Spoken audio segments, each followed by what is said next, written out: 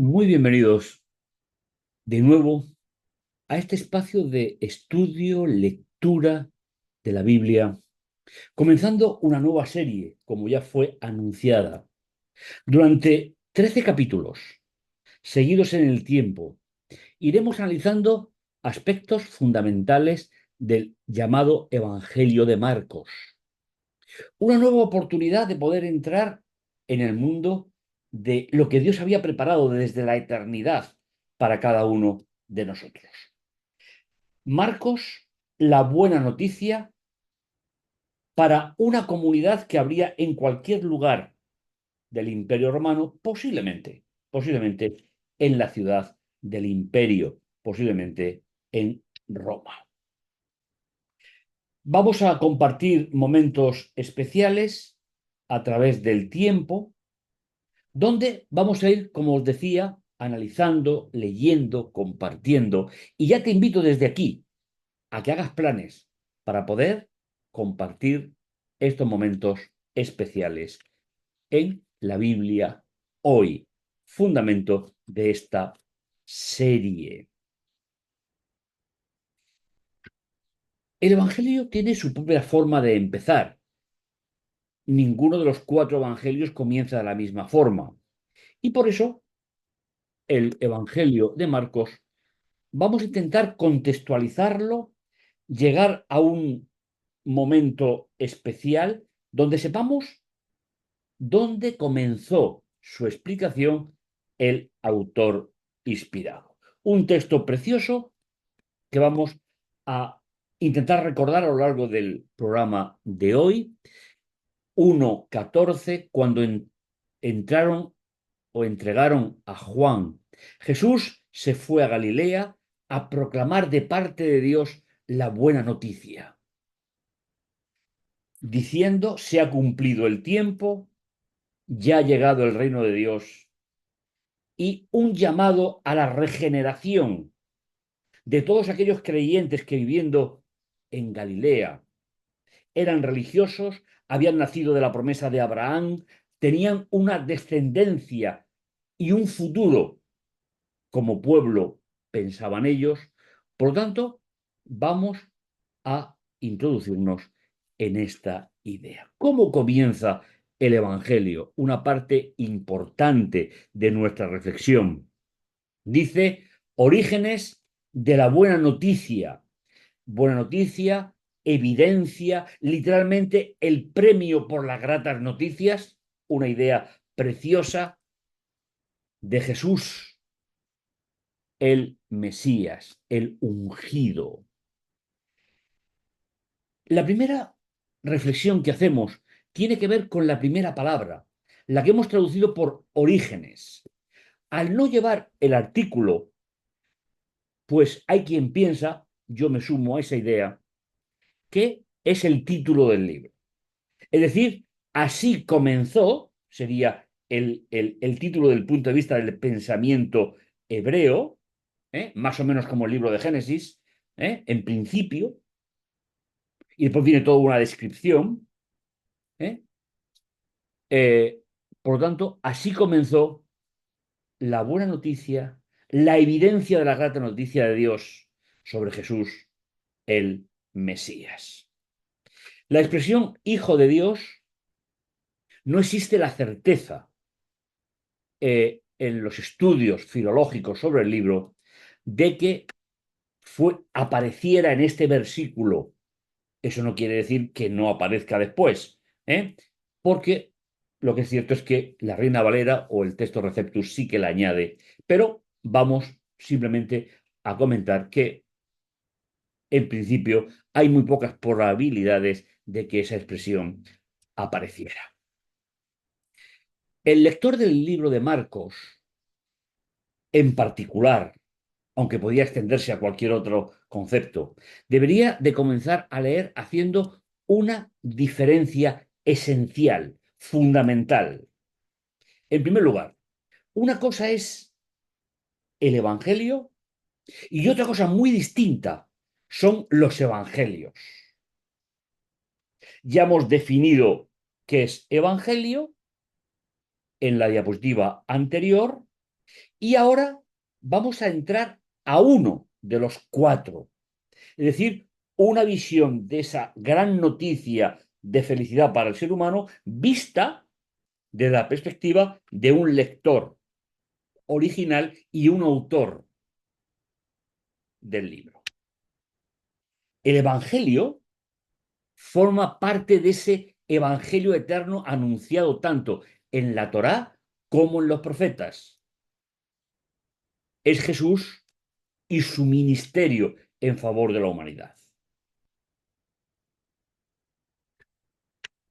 Sin embargo, la buena nueva de Marcos se convierte en la verdad presente para un determinado lector real al que el autor que escribió envió el escrito.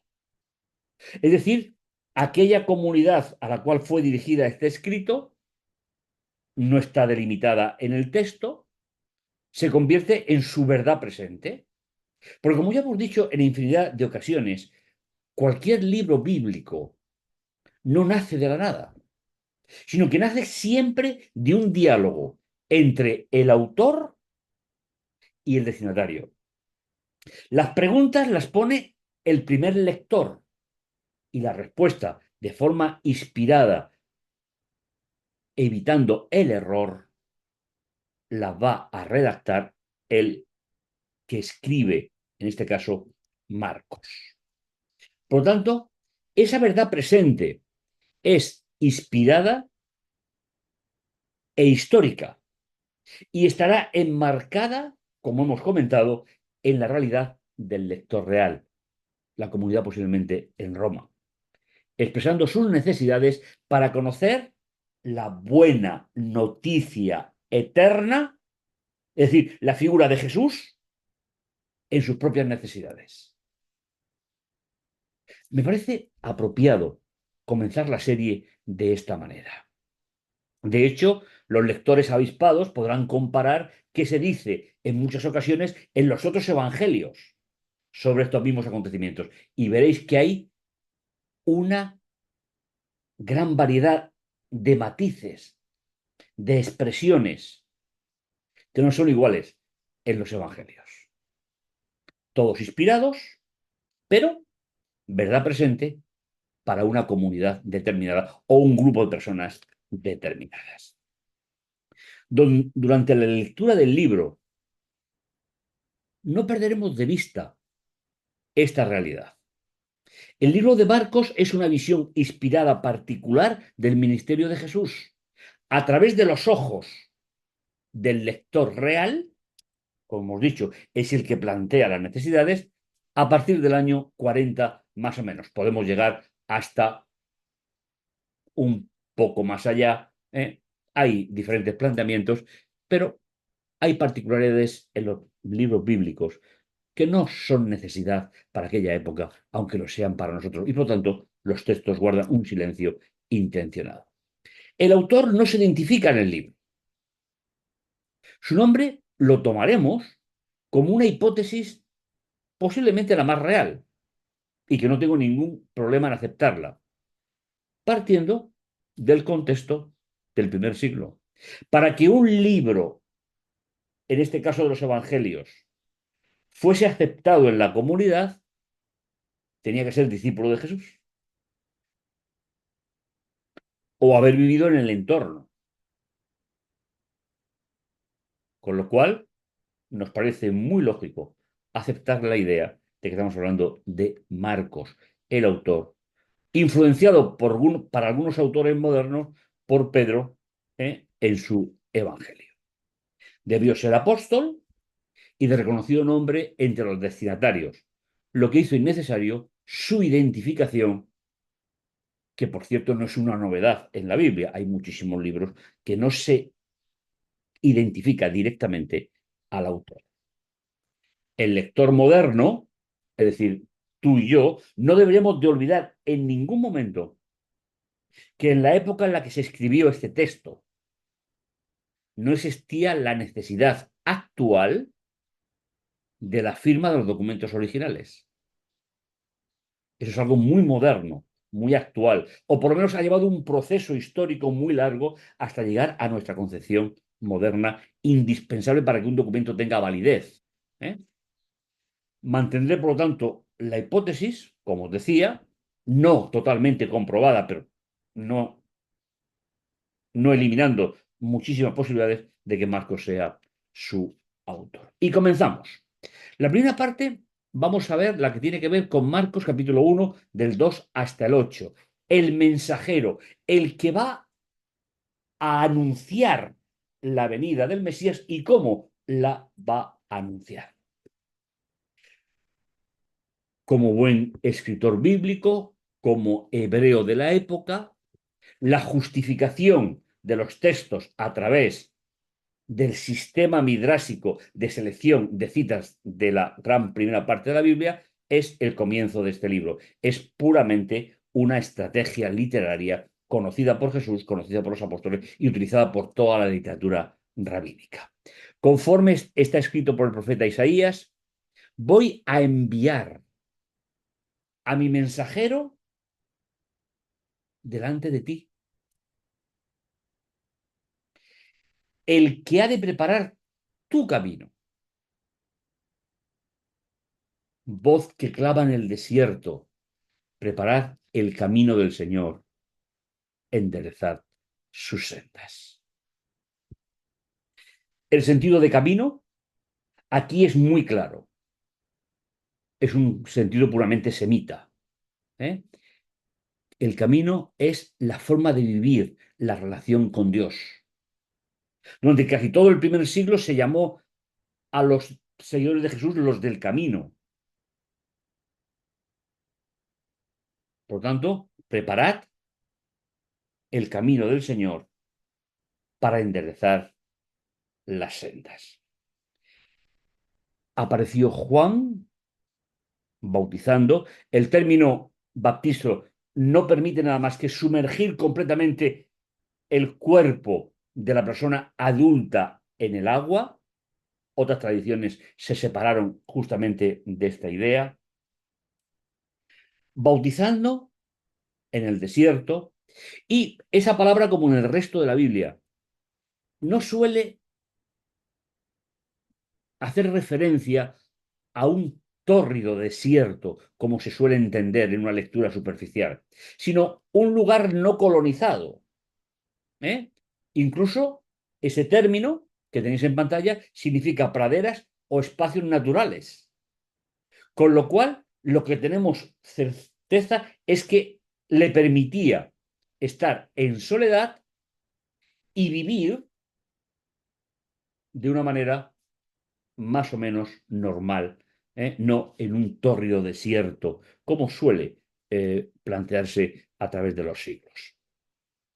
Proclamaba un bautismo de conversión y esa palabra es más medieval que realmente bíblica, porque el término metanoia, que es un término que probablemente hayáis utilizado o hayáis escuchado, por eso lo utilizo, significa literalmente cambio de opinión. Qué curioso que a personas que venían, pues, de una vida religiosa más o menos desarrollada, la invitación es que tengan un cambio de posición que les lleva al perdón de los pecados. Curioso.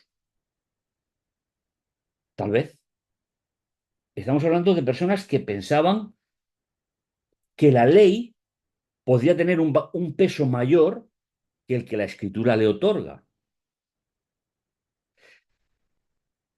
La Biblia dice que la ley sirve para mostrar el pecado, pero no para perdonar el pecado, ni para ponernos en contacto con Dios. Por lo tanto, el mensaje fundamental que Juan nos está dejando aquí es un bautismo para el cambio de dirección en nuestra vida que tendrá como resultado el perdón de los pecados, que finalmente es el centro del plan de la salvación. cómo soluciona Dios. Conociendo perfectamente nuestra naturaleza, nuestras evocaciones, cómo soluciona Dios el pecado del creyente que ha recibido la buena noticia, la certeza de la seguridad en Dios a través de Jesús. El texto Receptus, según tenéis ahí en el asterisco, añade, también lo recogerá la Reina Valera, delante de ti por segunda vez, pero eso no aparece en el texto. Os lo digo porque si comparáis, para que tengáis un poco esa referencia. Y acudía, versículo 5, acudía a él gente de toda la región de Judea y todos los de Jerusalén, y eran sumergidos por él en el río tras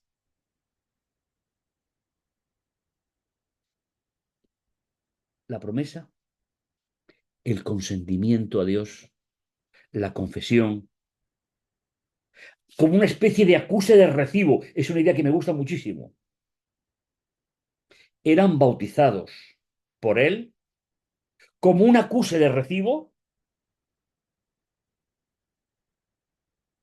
tras confesar, certificar que sus errores podían ser perdonados por Dios. Aunque es un texto que se escribió hace más de 2000 años, es un texto vivo. Porque el evangelio que representa o del que habla, ese evangelio eterno, a través de la verdad presente, tiene una principal función: remover la conciencia del creyente a un permanente perdón por parte de Dios por nuestros errores. Me parece muy interesante esta idea. Por lo tanto, acudían a él de toda la región, eran sumergidos por él en el río, da el nombre, ¿verdad? Tras o como acuse de recibo por los errores cometidos. Y creo que esta traducción debería de ser la que cualquier creyente que se enfrenta al bautismo tenga en mente. El bautismo es el acuse de recibo de que tiene la necesidad de ser perdonado y que a partir de ese perdón tendrá siempre perdón cuando lo haga viable en su vida.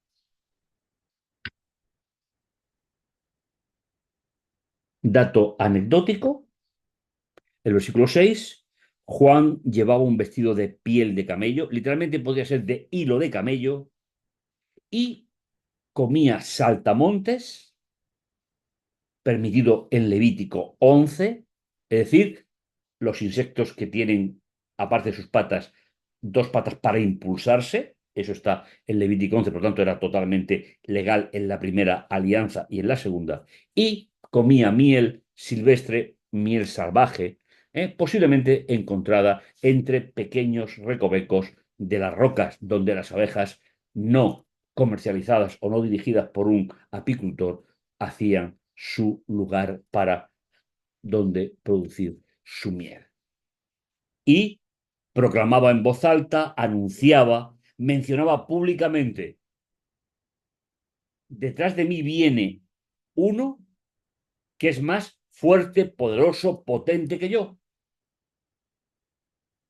del cual, como un signo de respeto y de admiración, Juan dijo, y Marcos recogió perfectamente: yo no soy digno de agacharme y desatar la correa de sus sandalias. Esta es la primera afirmación que recoge el texto. Pero tenemos otra, que también es muy interesante. Yo os he bautizado con agua, pero él bautizará con, como segunda afirmación, con el Espíritu Santo. El autor del libro remarca de forma deliberada la intención humana y divina en el acto del bautismo. Creo que es importante que reflexionemos en esto, porque a veces nos atribuimos, los seres humanos, funciones que solamente le pertenecen a Dios. Somos colaboradores suyos, pero no podemos pasar de ahí, ¿eh? Y eso es importante. Y de forma inmediata, según la estructura del libro, pasamos a un actor humano y al ungimiento del Espíritu Santo en la propia figura de Jesús, comenzando así el Evangelio que vamos a ir leyendo. Por aquel entonces no hay tanto tiempo ni sino acontecimientos entrelazados en el marco del libro. Por aquel entonces vino Jesús desde Nazaret de Galilea y fue sumergido en el agua por Juan en el Jordán. Es decir, fijaos cómo pasamos de bautizar al pueblo a la siguiente microescena a centrarnos directamente en Jesús, del cual Juan no era digno ni de agacharse para desatar los cordones de sus sandalias. Juan, llamado el Bautista, asume la parte humana en el bautismo de Jesús. Ahí comienza y termina su función. Y cuando yo repasaba estos textos, después de llevar 30 años, pues teniendo el privilegio de participar de ceremonias de bautismos, vuelvo a recordar que aunque es un gran privilegio poder estar ahí, la función humana es muy limitada. Y yo he podido bautizar muchísimas personas, pero no las he podido bautizar con el Espíritu. Con lo cual se necesita la unión entre lo humano y lo divino, en esa idea de cambiar la mentalidad del creyente y certificar que acepta el perdón de los pecados. Debemos de recordar que Juan no era una personalidad religiosa de la época, como se requiere en muchos casos en la actualidad y desde hace muchísimos siglos. Pero es curioso cómo la Biblia nos explica a veces los grandes errores que se cometen a lo largo de la historia de la interpretación bíblica, llegando a pensar que solamente personas especializadas pueden hacer la ceremonia de bautismo.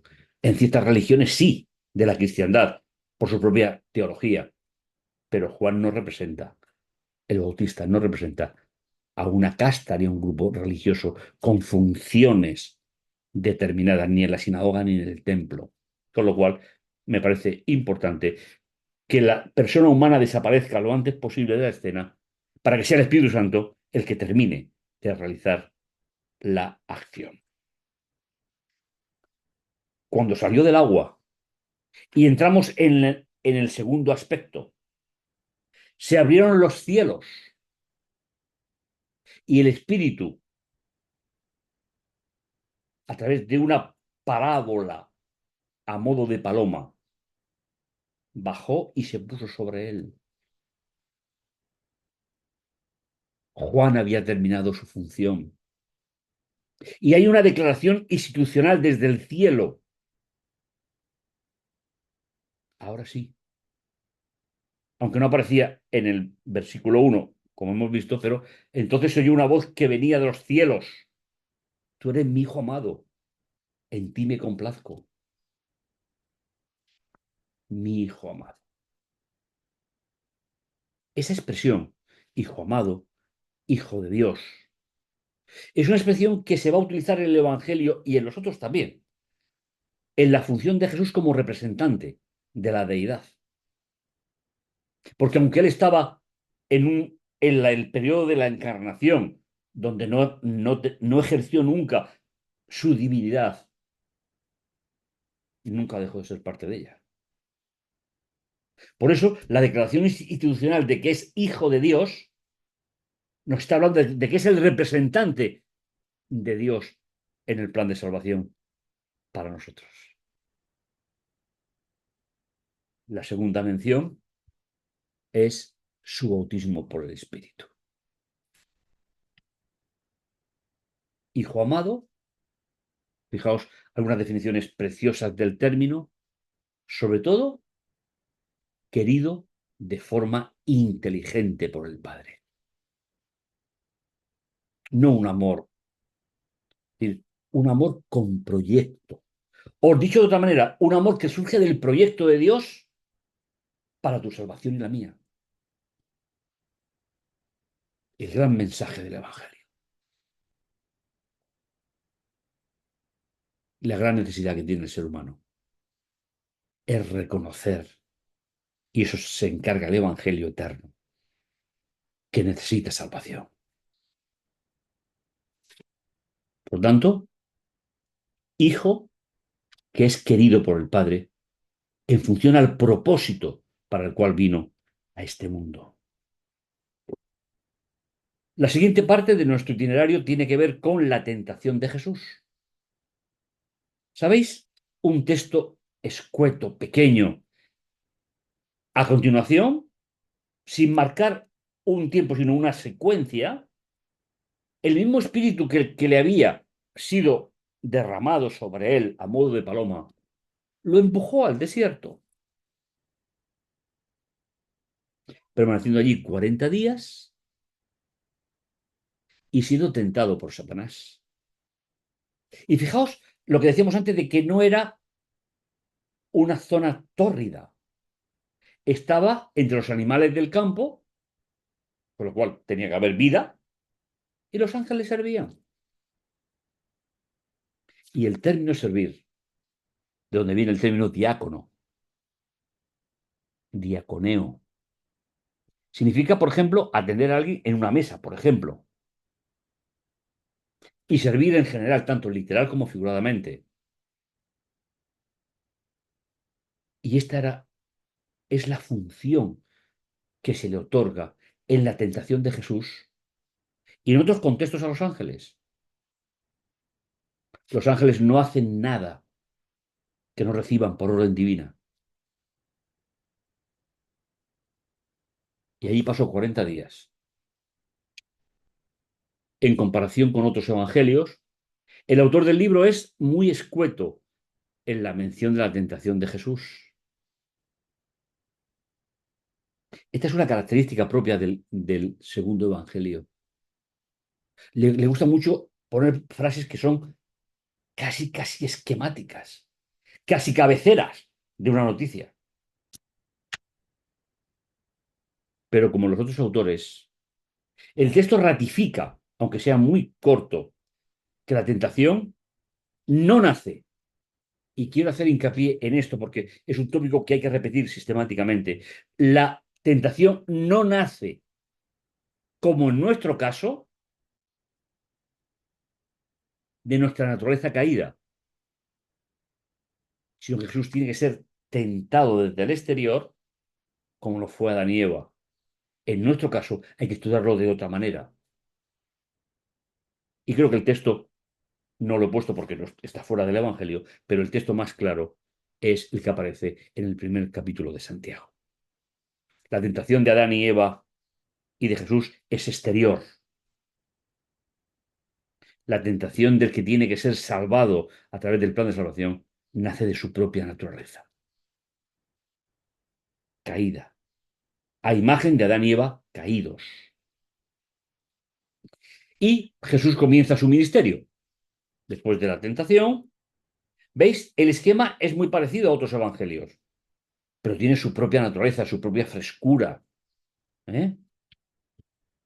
Después, de nuevo, otra partícula que conecta con el anterior, pero no en el tiempo, sino en la secuencia, que Juan fuese entregado, ajusticiado, muerto, Jesús se introdujo hacia dentro de Galilea. El texto es enfático. Y proclamaba en alta voz, anunciaba, mencionaba públicamente, predicar más o menos en referencia a la acción salvadora de Dios, la buena noticia. ¿Hemos llegado a entender que el Evangelio es una gran noticia? No sé si somos capaces a trabajar esta idea en nuestra mente, pero lo intentaremos a lo largo de toda la serie. El tiempo se ha cumplido. El reino de Dios ha llegado. Cambiar de dirección y creer en la buena nueva. Porque creer en la buena nueva es creer en Jesús. Porque la gran noticia es Jesús. Los objetivos de la predicación de Jesús, señalados por Marcos, son tres, de forma particular. Primero, el tiempo profético se ha cumplido. Recurrir, por ejemplo, al libro de Daniel, donde aparecen varios tiempos proféticos, los que tienen que ver con la venida del Mesías, se cumplieron. Y el resto continuaría en el tiempo hasta el final de la profecía. Por lo tanto, se refiere a una profecía mesiánica. ¿Eh? Primer objetivo de la predicación de la buena nueva es que el tiempo profético con respecto al Mesías se ha cumplido. En segundo lugar, que el reino ha llegado, porque Jesús inaugura ese reino. En su época lo entendieron de una manera. Pensaban que venía como un líder político para echar a Roma. Pero la pregunta es, ¿cómo lo entiendo yo hoy? Que estoy mucho más cerca, pero todavía no ha llegado. Pues tal vez se podría recordar esa famosa frase en teología de un teólogo suizo que dice, soy salvo, pero todavía no. Y creo que va muy bien con la idea de que el reino ha llegado. ¿Tú tienes la seguridad de que eres salvo? Si confiesas cada día tu pecado, tú eres salvo. Si te quedas el pecado dentro de ti, nunca pasará al santuario. Y en tercer lugar, ese concepto de metanoia, sentir remordimiento, arrepentirse, cambiar de opinión con respecto al pecado. Qué importante era en la época de Jesús esta idea, pero qué importante sigue siendo hoy. Y establecer una relación personal y estable con Él y estar convencido de ello. ¿Sabes cómo podríamos explicar esto? Sería prácticamente interminable, porque finalmente yo puedo entender las frases, pero la aplicación para una mente humana es complicado. Por lo tanto, el tiempo profético con respecto a Jesús se ha cumplido. El reino ya ha llegado.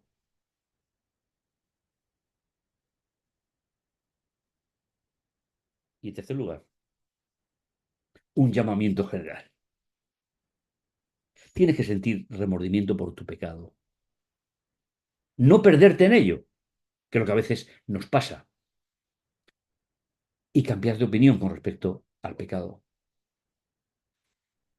Estableciendo una relación personal y estable con Jesús. Y sobre todo, estar convencido de ello.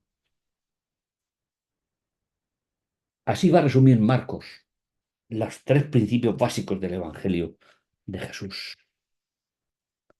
La mención explícita al tiempo profético nos sitúa frente a aquella que fue revelada a Daniel y que él conservó en el capítulo 9 del 24 al 27,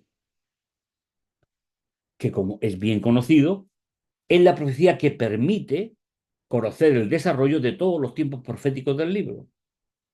Recordando, para interpretar los tres tiempos y medio del capítulo 7, necesitamos el capítulo 9. Para interpretar los 2300 días del capítulo 8, necesitamos el capítulo 9.